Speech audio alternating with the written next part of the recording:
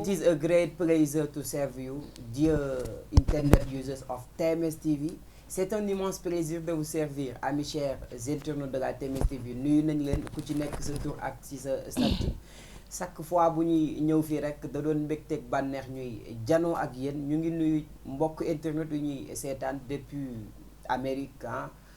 depuis Europe Asie et dans tous les continents ñu ngi leen di bége bu baax a baax. di nuyu le xalif général des djinns El Hadji Cheikh Moulay Sow le PDG di ko nuyu di ko jox wàccuwaayam bu baax a baax di nuyu ñu nekk ci kër gi yépp. Avant de commencer je vous suggère d'aller sur YouTube à la page TMS TV ngeen abonné bës cloche de notification yi pour jot suñu ay information mbokk yi ñëwati nañu fii sur la TMS TV comme neen ko xamee rek chaque fois rek TMS TV dafay participer ci li xew ci réew mi ak ci société bi. Voilà tey nag ñu fas yéene ñëw fi toogaat waxtaan du ma ci wet comme d'habitude ngeen gis suma wet ma ànd ci ak Anta Wade vraiment c'est une grande journaliste Anta Wade nuyu naa la. Jaaji maa ngi lay fay waaye itam di nuyu mbokku internet ak soppe yi ak ñi nga xamante ni ñoo taamu la TMS TV waaye di beral nuyoo le khalife général le PDG de la TMS TV di Alaaji Thierno Moule Sow Jaaji. jërëjëf ñu ngi koy nuyuwaat bu baax a baax a baax a baax a baax dañuy wax ku baax da nga koy tudd ba ñu xamul lu baax ak ñu bëgg a def lu baax te mënuñu ko di roy ci moom vraiment mooy nit ku baax aussi. Bon tey ñu ñëw fas yéene waxtaanaat defaat benn interrogation parce que souvent société bu ko nit ñi bokkee il faut que ñuy laaj seen bopp et gis nañu les thèmes les plus récurrents actuellement bokk na ci l'histoire de l'hôpital Dantec. Et vraiment mu doon loo xamante ni bon peut-être am na inconvénient am na avantage bu fekkee dañ ko bëgg defaraat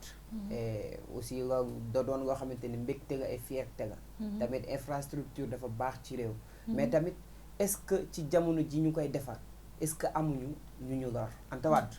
waaw hôpital Aristide Le Dantec comme ni nga ko waxee ñu ngi ko samp ci atum 1912 waaye ginnaaw bi ñu ko sampee nag ba tey ñi nga xamante ni ñoo nekk ci sur le plan international ñoo doon sàkku pour ñu daal di tëj boobee hôpital defaraat ko ñoom nag ginnaaw tëj bi man je dis que ni communication bi desee naa jàll ndax boo xoolee hôpital Aristide Le Dantec ñi nekkoon foofu doon bay seen waar ci côté bi di jaay am na tamit ñi nga xamante ni ñu nga tëdd ca lalu hôpital ya feebar ñu war leen yëkkati di leen jagat-jagatee war leen yóbbu ba Touba ak yeneen structure ñu gisaat tamit am na ñoo xamante ni foofu tey dañ fa daan liggéeyee mu nekk même bu fekkee bërëbu fajukaay la waaye tamit sur le plan économique dafa daan am lu bëri loo xamante ni moom mu ngi fa doon daal di dem bu ñu sukkandikoo nag ci Abdoulaye Diallo moom mi nga xamante ni moom mooy membre du syndicat des travailleurs de l'hôpital Aristide Le Dantec moom mu nga xamle ne nag ñoom ñi nga xamante ni ñooy liggéey foofu dinañ def benn marche daal di naqarlu tëj googee nga xamante ni fas yéene nañ ko tëj hôpital Aristide Le Dantec te nga xamante ni patrimoine la Jaaji patrimoine la ndax yamul kase ci hôpital bi mais am na ñoo xamante ni fa lañ daan stagiaire tu t'imagines ñi nga xamante ni amuñu woon liggéey dañ fa daan stagiaire nekk jóge ci bitim réew ñëw fa di fa stagiaire xale yi nga xamante ni dugg nañu ci métier santé bi nekk fa ñi doon jaay foofu beñe mais Jaaji imaginer ku feebar ñu war laa yëkkati ba Touba ku xam mais attends dañ ko tëj pour reconstruction. waaw dañ koy defaraat. mais tamit man bon d'après man je ne vois pas de mal. mais attends Jaaji nga foog ne lu toll ne hôpital ñu war ko tëj buñ koy waaj a tëj duñu bañ a jëlati benn ku feebar malade ñi nga xamante ne ñoo fa nekk ñu daal di leen di ndax doomu aadama dafa fort ñu daal di leen di bàyyi ba nga xamante ne ba ñu tane ba pare ba lépp yemb ñu soog leen faa ñu génnee soog a tëj ko ndànk defar ko parce que communication bi comme ni ma la ko waxee jàllul waaw parce que du hôpital La Dantec du loo xamante ne da nga xëy rek benn une semaine nga wax après nga jékki-jékki tëj ko. mais attends parce que quand on dit une reconstruction on doute que mu am ay failles. wala mu am waa ay bâtiment yu wadd wala nangam. non bâtiment waddagu fa. genre waa saxaar rek genre dañ koy reconstruire. mais est-ce que malade yooyu bu ñu leen fa bàyyi woon. yàlla tere law du ngeen fa fekk. mais malade yooyu bu ñu leen fa bàyyi woon comme ñu ngi fa daan dem boobu ba tey man je pense que ñu daal leen fajoon ba ñëpp ñu bañ a jëlati benn malade s'il le faut sax ñu woo presse bi yëpp sur presse bi nationale ak internationale ne leen app bi ñu teel ko joxe dans 5 mois dañuy tëj hôpital bi buñ ko waxee bu ko defee ñu ne dootuñu jëlati benn malade léegi ña fa jot a nekk nga xamante ni feebar nañ ba pare ñu faj leen ba ñu wér bu ko ñi nga xamante ni aussi daa nañ fa def liggéey ak yooyu ko information bi ñu am ko d'ici 5-6 mois dinañ mën a préparer ba xool tey naka la ñuy def tey bu ñu demee ba syndicat yi nga xamante ne ñoo fay liggéeyee syndicat des travailleurs de l'hôpital Aristide de Le Dantec ne dañuy ànd def marche ndax ñàkk a nangu li nga xamante ne mooy tëj bi kon am na lu boot bu nekk ci biir. Donc yow tu conçois qu'au niveau de la communication il y a un défaut là-bas. Si am na défaut communication bi des na lu bari waaw parce que information bi yow ba nga ko jotee est-ce que yàgg na bi ko xamee waaw noonu la nag léegi nag je pense que ils n'ont pas donné li nga xamante ni mooy information bu baax bi c'est-à-dire communication bi jàllul fallait sax bu dee ni parce que hôpital Aristide Le Dantec sur le plan financier am nañu ay moyens am na xaalis bu fa nekk ñu fay sax télé yi def ay chaque jour une semaine yëpp pour ñu communiquer ko comme Covid-19 ba mu amee pourtant télé yi kenn fayu leen dara mais dañ ko doon wax parce que ils sont là pour le peuple ils informent la population te la population elle a besoin d'une information surtout sur le plan si bi nga xamante ni moom mooy santé di wér-gu-yaram nga xamante ne munoo wax développement réew te waxoo wér-gu-yaram ndax nit bu wérul dara du ko mën donc ñu am ko tardivement je pense que dafa yeex tey bu ñu demee ba syndicat yi di marche parce que lan ñoo ngi jooy seen ëllëg fan la ñuy dem mais surtout sur ce point syndicat yooyu di marche j'espère bu ñu ne dañuy tëj hôpital pour defar ko ñoom dinañ leen jël transfert leen ci yeneen hôpital yi j'espère waaw dafa ne bu ñu directeur bi daf ne ñi fa nekk ñëpp yaa ngi dégg dinañ xool fu yeneen structure boo xam dinañ leen fa dugal peut-être avant ñu leen di dugal ci structure dafay xaw a yàgg ci borom kër xëy na loolu bokk na tey li tax ñu bëgg a wàcc ci terrain bi wàcc ci mbedd bi di naqarlu li nga xam mooy tëj bi bon là-bas dama fay ubbi benn parenthèse bu ndaw je dis nit booy liggéey ku sañoon doo toog boo xasee ba ñam liggéey doo toogat ci sa àdduna doo liggéey mais Dantec dafa doon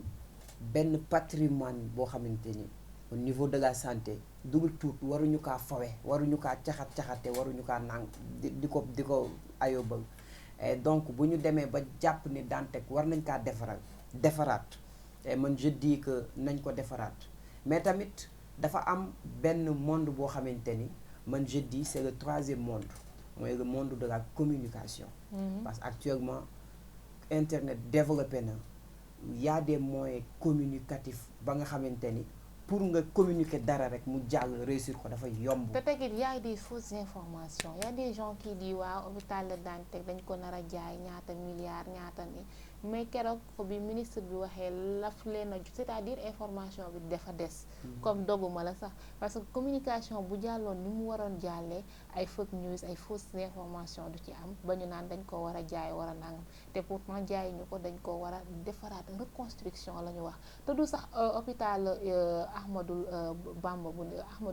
Bamba bi nekk Touba Kassé mais yeneen hôpital yu nekk Cheikh Ahmadou Khadim yeneen hôpital yëpp ci comme hôpital yu Yëmbal bi hôpital yu Diamniadio hôpital yooyu yëpp dinañ fa yóbbu malade yi dinañ fa yóbbu ay malade mais je pense que information bi ak communication bi comme ni nga ko waxee bu fekkoon jaar na fi mu wax a jaaree les gens ils ont toutes les informations qu'il faut man je pense que duñu nekk ci réseaux sociaux yi naan dañ koy jaay ji donc je lutte contre les fake news vraiment parce que nit bu mu wax dara nga jël ko defee ko neneen Sénégal la ñu nekk ñun ñëpp suñu bien-être suñu njariñ la ñun ñëpp et donc nañu bàyyi yàq beeg d'information yi ñu def et autres quoi vraiment rafetlu wuñ ko et aussi bon je dis à l'État ñu gën a yokkaat seen communication nañ ko gën a defaraat parce que y a d'excellents jeunes yoo xamante ni ñu ngi yëngu ci yooyu tamit ça peut participer au taux des jeunes yi nga xamante ni ñu leen di recruter ci état bi vraiment donc bon nañu xoolaat Dantec warut am ay rëkk-rëkk ak ay nangam sangam parce que c'est une base ci Afrique hôpital bu mag la donc nañ ko defaraat malade yi aussi ñu leen di massawu coono ci jagat-jagateeg beeg yooyu mais nañu xam ne rek defar moo tax a jóg nguur gi te aussi ñi nga xamante ne ñu ngi doon liggéeyee Dantec ñu leen di ñaanal yàlla seen directeur ci seen boppam trouver fu mu leen di teg ba ngeen continuer di bay seen waar ba lii nga xamante ni reconstruction bi du leen porter préjudice ci seen wàllu liggéey et autres vraiment ñuy ñaan jàmm Sénégal ci côté boobu noonu et aussi buñ ci paree Anta dañuy jàll ci beneen point. ban la jaaji ban point la lu xew. non gis naa ni may pisee dafa nànk rek parce que yow dinaa la boole ak alaaj cëru mu sow parce que yow dañoo war a wax. dangaa war a rek te maa war a may jàmm. voilà et quand on parle du 15 août. on dit benn fête boo xamante ni. chrétiens yi suñu mbokk chrétiens yi ñoo ko moom ñooy feetu mais. ñun ci suñu jëmi bopp 15 août dafa doon fête boo xamante ni jeunes yëpp dañuy feetu ah du jullit du chrétien parce que dañuy gis souvent ñi dañuy génn dem Saly ñi dem Almadies ñi dem ñi dem ci yeneen sites yi pour feetu mais ñuy waxtaan daal fête boobu dañoo dem ba approprier ko ci suñu calendrier mais la fay xew rafetluñu ko jaaji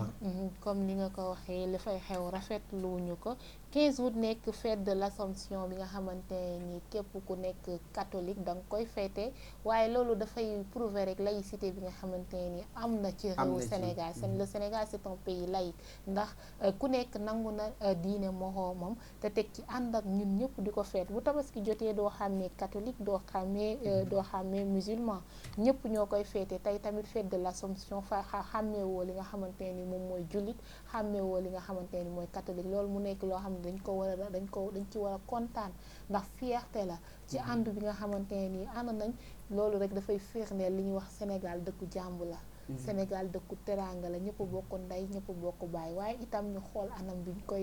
ñu koy feetee parce que je peux pas man dama bëggoon xam sax 15 août bi lan moo xam man je me dis nii est-ce que du dafa am benn événement bu am Saly.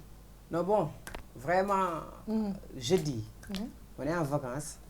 xale yi tabaarkalla macha allah fi mu ne ni jàng nañ ba pare dañoo bëgg vider nga génn ci bopp yi ñu ci nekk et là da nga wax point bu am importance le Sénégal est un territoire laïque où demeurent plusieurs religions na fi jàmm rek xew man fee ma dëkk dama jàkkaarloo ay cité chrétien mais yàlla xam na ni li may communiquer ak ñoom sax du question de dara moo tax du ma ko communiquer ak suma mbokku jógi bi parce que jàmm bi ci am ak bëggante bi am ak respect bi am tellement que doo dégg kenn di dugg ci kenn parce que respecté nañu jàmm am nañu suñu biir 15 août nag bu jotee Sénégal tabaarkalla day toj maa ngi dégg benn xale bu jigéen nee na dafa dem zonge ji ma ne ko luy zonge defal ndànk rek Anta defal ndànk rek ma ne ko luy zonge mu ne ma bon entre filles dañuy dem génn féexal suñu xol mais Anta est-ce que jigéen entre filles war nga mun a guddi nga ànd ak say morom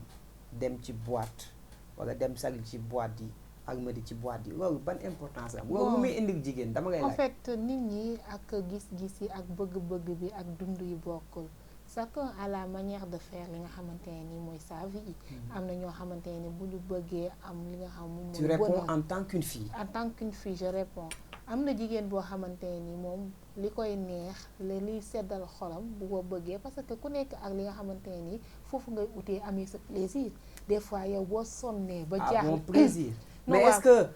la place d'une fille est-ce que ci boîte la war a nekk laisse-moi terminer Diadji am na koo xamante ni tey bu amee stress et tout dafay déglu musique daf koy évader loo am na koo xamante ni tey si il a des soucis dafay seetaan film wala mu seetaan théâtre am na une personne boo xamante dafay dem géej daal di toog moom kase xelam gën a yaatu gën a naat après moom dafay daal di oublier li nga xamante ni mooy stressam dafay fàtte stressam dafay fàtte lépp li nga xamante ni naqari woon na ko waaye itam noonu la amee koo xamante ni su amee li nga xamante ni mooy problème dafay dem boîte dem nañ ci waaw am na ñoo xam ne dañuy dem boîte te bon nañu dañuy dem fecci foo waxtaan après dem ñibbi parce que jeune bon peut-être âge bi ñu tollee tout am na ñoo xamante ni dañuy dem boîte naan def naka su dul noonu yàlla nañ ci yàlla musal du dëgg donc je me dis que ak jigéen lu mu mën a mel rek lépp lu muy def dafa ko na xam ne suba yaay lay doon waaw te nag képp koo xamante ni war nga nekk yaay war nga xoolaat sa toogaay parce que doom dafa fort ci dafa fort doom dafay nàmp te ween bi nga xamante ni moom la koy tokkantale da koy jël moo tax booy ut soxna dangay dem xool yaayam dangay xool ba xam kii bu ñëwee nan lay mel donc ak loo ngeen mën a def rek affaire jeunesse ndax mënul ñàkk kenn amul vie bu parfaite ku nekk am nga ay jaar-jaar ku nekk am nga ay passé waaye nag moytu lu baax la ñu daal di moytu di nga xool bu baax ak lan la ñuy def boîte ñi am na ñu fay dem te bon nañu jaaj yi am na ñoo xam ñu ngi dem boîte dem ñëw ñibbi mais am na ñoo xamante nii nag ba ñu juddoo ba tey mosuñu dem boîte ñu ngi toog seen kër demuñu kenn mais la ñuy def ka dem boîte defu ko di jaaj yi dinaa ñëw foofu mais j'aimerais te poser cette question. Est-ce que la place d'une fille c'est à la boîte? Ça dépend de la fille, hein. Mais est-ce que boîte réputation bu baax bi ci jigéen? xam nga am na yoo xamante nii bu la fa nit gisee pour lu mu la pour ñu tuumaal la dafay yomb. man daal li ma gëm mooy. jigéen dafay toog ci pooju yaayam. jigéen day toog dafay régler jigéen warul yenn place yi mu fiy dugg jigéen bu dee day jàng na jàng su wàccee ñëw toog bu dee day liggéey mu nekk ci waaram ñëw toog xam boppam nag fees ko dell. parce que quand on dit à une femme c'est une soxna c'est comme nga danga ko may benn collier de valeur. ndax ku ñuy sukkal di ko raamal di ko tarbiyu soxna moo ko jur soo bëggee nag jur ku ñuy sukkal di ko raamal di ko tarbiyu di toog di xool war nga xool sa bopp jigéen warul wër ci boîte yi jigéen warul jàpp di tux wala muy màndi jigéen warul jàpp jël boppam def ko benn objet jigéen dafa cher. voilà jigéen dafa cher bu njëkk ak seeni ay fàllu ñoom ñoo ne ci caméra yi ñu leen di saluer passage bu njëkk da nga daan gis man bu ñu doonee des copains dañuy toog ba si yàgg rek ñun ñëpp ñu dajaloo ñu ne tey jaaji la ñuy seeti on va cotiser teg dara ñu bégalante kooku famille xam nga boo dee jigéen aussi nuñ ko asos lañ ko tuddee woon ngeen dajaloo xam nga dem ci benn kër seen këru xarit yéen en tant que jigéen ngeen fecc kafoore rekk naan xamante famille mais loolu amatul. J'avoue qu'actuellement on est en pleine phase de la modernité dans la vie actuellement dañoo ne ci modernité mais comme que ne nañ ci modernité te mënuñu dund leneen wu du modernité mais yow ak say xarit mais 15 août jot na da ngeen di feetu dem ngeen resto ngeen lekk naan dans les restaurants am na ci ay musiciens yuy ñëw di way di nangam sax mais dama la bëgg wax ni actuellement xale yi ci boppam bëgguñu jàmm lu ñuy def ci boîte yi kenn xamu ko man sama jëmi bopp damay ruus en tant que jeune. parce que nekkoon 15 août bi non maa ngi woon toog suma gaale du ko dund nag ak suma famille wax dëgg fa lekk ginaar naan soow xam nga géwël yi moom souvent macha allah non je vis naturellement c'est ça nii laa ko dundee mais ñun dañoo nekk ci jamono joo xamante ni internet dafay nekk dara umpale watul da ngay dugg ci boîte yi wala nga dem gis ci boîte yi ay xale jigéen yuy tux ñooñu est-ce que dem boîte rek fekk yópp na leen fa. da ngay dugg ci boîte yi fekk leen comme si des prostituées comme si na ma yàlla baal ay góor mel ni ay homosexuels na ma yàlla baal. et je m'excuse ci turu homosexuel parce que bëgguma di ko yëkkati sax ñuy am ay non parce que loo xamante ni ñëpp ko banaliser baaxul et vraiment je dis responsabilité boobu moom damay interpeller parents yi. képp ku dégg sa doom mu ne la damay dem boîte man maa ko xamal ni sa doom defu fa jàmm. surtout jigéen. jigéen mooy yar. boîte yi li fa xew léegi non c'est extrême vraiment. vraiment en tant que jeune sax boo koy wax da ngay rus te bu njëkk boîte dancing yee ngi fi woon ah. lépp ngi fi woon ñu ko daan def kii nga dem fecc ñëw mais léegi moom li fi xew vraiment mooy loolu et Anta qu'est-ce que tu peux dire aux parents sur ça. moo wax ne rek parents yi ñu xoolaat day li nga xamante mooy seen njaboot bi surtout ma ak yaay yi nañu xool doom yi parce que la maman elle est la mère de l'humanité jaaj yi yaay jurul doom kase waaye dafa jur sax jëkkëram ndax ku sa doom takkal tooyal nga muñ ko boo amee sa jëkkër ju mag muy sa jëkkër nga war kaa muñal waaye rawatina nag say doom say njaboot kooku nga xamante ni tey ndax Sénégal dañu am lu ñuy bàkkoo loo def ñu ne la sa ndey ko liggéey doom nag liggéeyu ndey añub doom nag war naa góorgóorlu bu baax a baax ba fuñ ko gis ñëpp bëgg ko jur ndax ku baax ñëpp bëgg laa jur ndax moo bonee nag ñëpp ñu ne doomu diw ja donc sagal sa yaay weesuwul nga parce que li may wax souvent li réussite nit du matériel mais réussite nit mooy ay jikko yu baax réussite nit mooy nga am ay qualité réussite nit mooy nga am ay valeur nga xamante ni tey dafa neex nga am doom nga yar ko ba lenn rek la mu xam jàpp julli jaamu yàlla liggéey wala jàngi ñëw toog jàpp ñaamburam xaar yàlla loolu rek réussite la ndax foo tëdd sa xel dafay dal foo doo toog ñu pëkk la sa doom bu jigéen bi ànd naag moo fi mandi jam kii moo fi agressé parce que xaalis du dara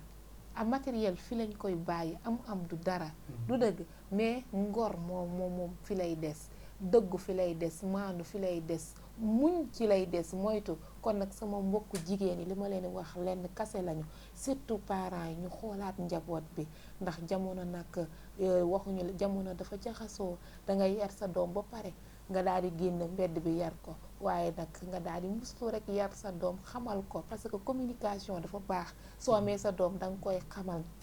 danga koy yar xamal ko di ko moytuloo jàngal ko muñ loolu bu ko amee rek je me dis fierté la sa yaay fu mu tëdd dafay nelaw te nit koo gis dafay bëgg ay waajuram rawatina yaayam ndax yonent bi dafa wax ne fonkal sa yaay ñetti yoon te fonk sa yaay nag weesuwul nga daal di bu nga waxee nga def bu nga teree nga bàyyi ngay muñ nag di góorgóorlu lu yàlla ñëw wërsëg yàlla moo ko yor lu am rek nga sant yàlla waaye itam nga daal di tegu si yoonu siraatal mustaqiim nga tegu si yoonu siraatal mustaqiim loolu la ñuy ñaan nañuy déglu waajur yi et aussi nañu maytandiku lieu yi nga xamante ni baaxul day yàq réputation parce que man tantôt ñu gis ma Almadies rek ñu ne jaaji de fokkat la wala tantôt ñu gis ma Saly ñu ne fokkat la te lieu yooyu nit ñi ñu ngi fay dem di liggéey am na ñu fa dëkk mais li ñu fay def jeunes yi li ñu fay def moo tax léegi lieu yooyu sax ñu xaw leen sinon ba benn slogan boo xamante ni baaxul vraiment ñu ngi rafetlu émission bi et dinañu ñëwaat nag la façon d'habillement des filles dans les boîtes bu guddi jotee nga dugg ci Ndakaaru da ngay mel ni ku nekk sa yoon nekku ci fatak ma foofu donc bon c'est tout un plaisir kontaan nañu mbégte la ñu amoon taxaw fii di waxtaan ak yéen di ngeen mbégte li ngeen xamante ni xew na fi ma àndoon ak Anta Wade nga nuyu rek rapidement ñu tëj. jërëjëf mbokku internet soppe yi ak ñi seetaan lii nag lañ leen digtaloon nga xamante ni lu fi baax rek ci yàlla la neex waaye lu fi bon rek ngeen xam ne doomu aadama moo matul des fois ñu wax ñu juum surtout wax yombul di gërëm bu baax Serigne Fall waaye itam di gërëm ki nga xamante ni mooy Alseyni nga xamante ni bu yemboo ñoom la ñoo nekk ci rukk bi kenn feeñuñu waaye lu fi feeñ ñoom ñoo ko defar. ñu leen di nuyuwaat bu baax ñoom ñi nga xamante ni ñoo nekk ci technique bi ak seeni ak sëñ Fallou Baye Mbène ak équipe CRA 221 ñëpp ñu ngi leen di nuyu di leen jaajëf di leen jox nag dig daje ba beneen et je vous dis restez scotchés sur la TMS TV dem ngeen YouTube ngeen abonné bës cloche de notification yi pour jot suñu ay information parce que fii nag wax dëgg fa mooy feeñal lépp lu nëbbu di nuyuwaat Alla Thierno Moulay Sow bu baax a baax di nuyu ñu nekk TMS TV ñëpp di leen jox dig daje ba beneen acca les gars